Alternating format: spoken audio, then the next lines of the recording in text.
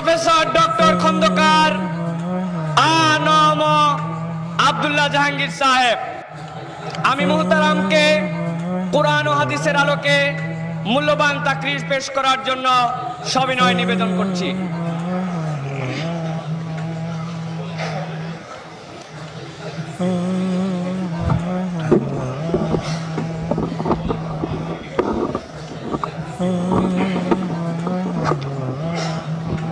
একটা হলো আল্লাহুম্মা মালিকাল মুলকি তুতিল মুলকা মান তাশা ওয়া তানজিউল মুলকা মিম্মান তাশা তুইজ্জু মান তাশা ওয়া তুযিল্লু মান তাশা বিয়াদিকাল খায়র ইন্নাকা আলা কুল্লি শাইইন কাদির রহমানাদ দুনিয়া ওয়াল আখিরাত ওয়া রহিমাহুমা। আল্লাহ, আপনি দুনিয়া আখিরাতের একমাত্র রহমান, একমাত্র রহিম।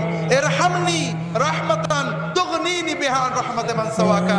আল্লাহ, আপনি আমাকে এমন রহমত করেন আর কারোর রহমতের ভিখারি যেন আমার হওয়া না লাগে। রাসূলুল্লাহ দোয়া করতে শিখিয়েছে।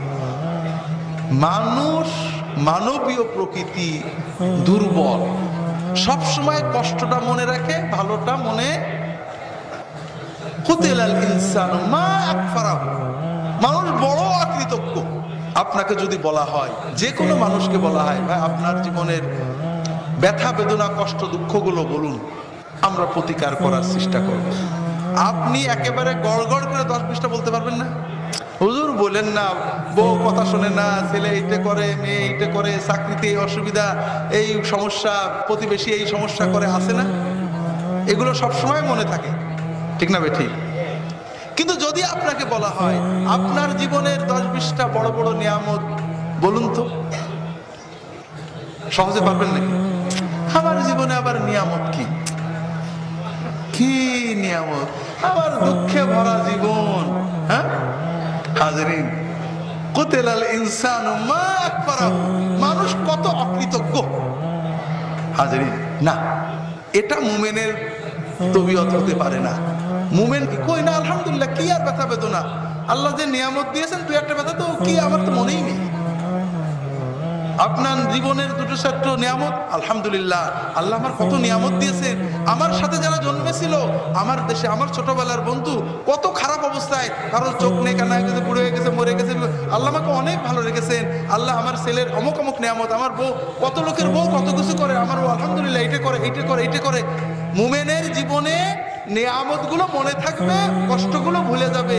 আর এই জন্য সবচেয়ে বড় ঔষধ হলো আলহামদুলিল্লাহ।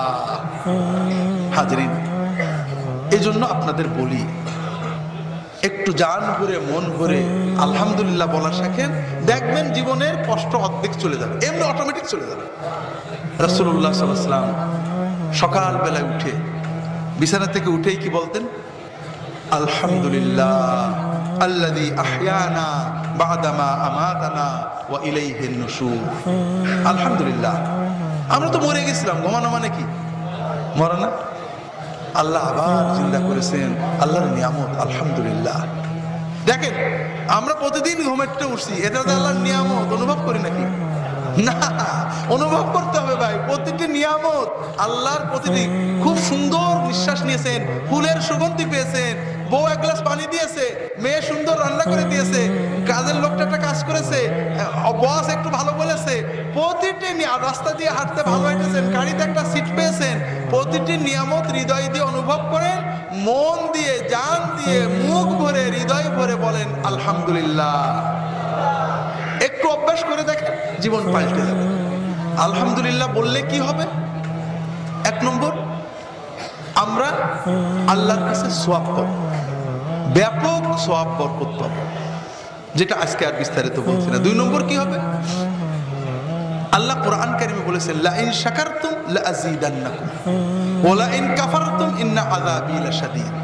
আল্লাহ বলেছেন, তোমরা যদি শুকর করো আমি তোমাদের বাড়িয়ে দেব, আবার বাড়িয়েই দেব। আর যদি নাশকরি করো আমার আযাব আসবে। হাজরিন, তাহলে কি হবে? আমরা যদি আল্লাহর নিয়ামত হৃদয় দিয়ে অনুভব করে আলহামদুলিল্লাহ বলতে পারি, তাহলে আল্লাহর নিয়ামত কি হবে? বাড়তেই থাকবে, কষ্ট কমতে থাকবে। আমাদের বুঝতে হবে, মানুষ হিসেবে কষ্ট নেই এমন কেউ আছে নাকি দুনিয়াতে? দুনিয়ার প্রতিটি নিয়ামতে ভেজাল আছে ভাইরা। সবচেয়ে বড় নিয়ামত যে সবচেয়ে মজার জিনিস খাবেন, খাবার আগেও ভেজাল পরেও ভেজাল আছে না? আগের ভেজাল কি? কষ্ট করে বাজার করো, রান্ধো, চোখ জ্বালা করো, কেনো, কাটো, আছে না? পরের বাথরুমে দৌড়ে থাকে না? দুনিয়াতে এমন কোন নিয়ামত নেই যাতে ভেজাল নেই, কারণ ভেজালহীন নিয়ামত কোথায় আছে? আল্লাহর জান্নাতে আছে। ওইটার নিয়ামত যেন বুঝতে পারি লোভ হয়, এই জন্য আল্লাহ দুনিয়াতে সব নিয়ামতে ভেজাল দিয়েছে। কষ্ট নেই কেন? প্রত্যেকের কষ্ট আছে। তার ভিতর দিয়ে মানুষ হিসেবে কষ্ট তো থাকবেই, ব্যথা থাকবে, বেদনা থাকবে, কষ্ট থাকবে, রোগ থাকবে না। আমার বয়স 40 হবে, 50 হবে, রোগ হবে না, ব্যারাম হবে না, এটাকে কথা হলো নাকি? হবে। কিন্তু আল্লাহ তো আমাকে অন্তত অনেকের চেয়ে ভালো রেখেছেন, আলহামদুলিল্লাহ। কত নিয়ামত আল্লাহ দিয়েছেন, প্রতিটি নিয়ামত হৃদয় দিয়ে, মন দিয়ে, বসে বসে চিন্তা করে করে, মনে করে করে, পরাণ খুলে বলতে হবে আলহামদুলিল্লাহ।